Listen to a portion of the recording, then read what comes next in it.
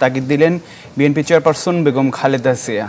বিএনপির বর্ধিত সভায় তিনি বলেছেন, দেশের অর্জনকে নস্যাৎ করতে নানা চক্রান্ত চলছে, তাই দেশ ও জাতির স্বার্থে সবাইকে এক হয়ে কাজ করতে হবে। ন্যূনতম সংস্কার শেষে গ্রহণযোগ্য নির্বাচনের দাবি জানান বিএনপি চেয়ারপারসন। এ যেন এক মিলন মেলা। দীর্ঘ ২৮ বছর পর বিএনপির এই বর্ধিত সভায় উপস্থিত ছিলেন কেন্দ্র থেকে শুরু করে তৃণমূলের প্রায় ৪,০০০ নেতাকর্মী। চিকিৎসার জন্য লন্ডনে থাকায় খালেদা জিয়া সভায় যুক্ত হচ্ছেন না, তা অনুমেয় ছিল। তবে হঠাৎ তার ভার্চুয়াল উপস্থিতিতে উচ্ছ্বসিত ও অনুপ্রাণিত হন নেতাকর্মীরা। ভিডিও বক্তব্যে বিএনপি চেয়ারপারসন জানান, চিকিৎসার জন্য বিদেশে থাকলেও রয়েছেন জনগণের পাশে। আমি চিকিৎসার কারণে যুক্তরাজ্যে অবস্থান করলেও আমি সব সময় আপনাদের পাশেই আছি।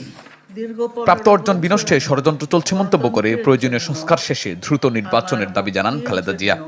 গণ অভ্যুত্থানের মাধ্যমে প্রাপ্ত অর্জনকে নস্যাৎ করার জন্য গভীর চক্রান্তে লিপ্ত রয়েছে। ইস্পাত কঠিন ঐক্যের মাধ্যমে জনগণকে সঙ্গে নিয়ে এবং চক্রান্তকে ব্যর্থ করে দিতে হবে। ইলেকট্রা রেফ্রিজারেটর, খাবার তাজা তো জীবন তাজা। এদের আহ্বান জানান বিএনপি চেয়ারপারসন। বলেন, প্রতিহিংসা নয়, ভালোবাসা দিয়ে স্বপ্নের বাংলাদেশ বিনির্মাণের। আসুন, প্রতিহিংসা প্রতিশোধ নয়, পারস্পরিক ভালোবাসা ও ভ্রাতৃত্বের মাধ্যমে আমরা সকলে মিলে আমাদের প্রিয় মাতৃভূমিকে, বাংলাদেশকে সত্যিকার অর্থেই একটি বাসযোগ্য, উন্নত ও গণতান্ত্রিক রাষ্ট্রে পরিণত করি। সভাপতির বক্তব্যে জাতীয় ঐক্য ও নির্বাচন বিনষ্টের ষড়যন্ত্র চলছে বলে মন্তব্য করেন বিএনপির ভারপ্রাপ্ত চেয়ারম্যান। সরকারের প্রতি আহ্বান জানান, জাতীয় নির্বাচনের আগে স্থানীয় সরকার নির্বাচনের পরিকল্পনা থেকে সরে আসার। বর্তমান অন্তর্বর্তীকালীন সরকারের সংস্কার প্রস্তাবে খুব বেশি ইস্যুতে মৌলিক বিরোধ নেই।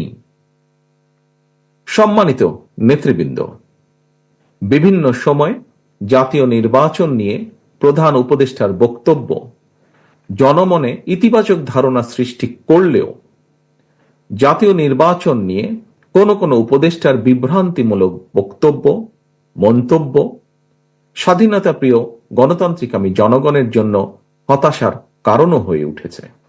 নতুন দলকে বিএনপি স্বাগত জানিয়ে তারেক রহমান বলেন, দেশের স্বার্থ রক্ষা হবে এমন পররাষ্ট্রনীতি চান তারা। বিএনপি মনে করে বর্তমান বিশ্বে স্থায়ী শত্রু মিত্র বলে কিছু নেই, বরং একটি দেশের সঙ্গে অপর দেশের সম্পর্ক হবে পারস্পরিক স্বার্থ রক্ষা, প্রয়োজন এবং ন্যায্যতার ভিত্তিতে।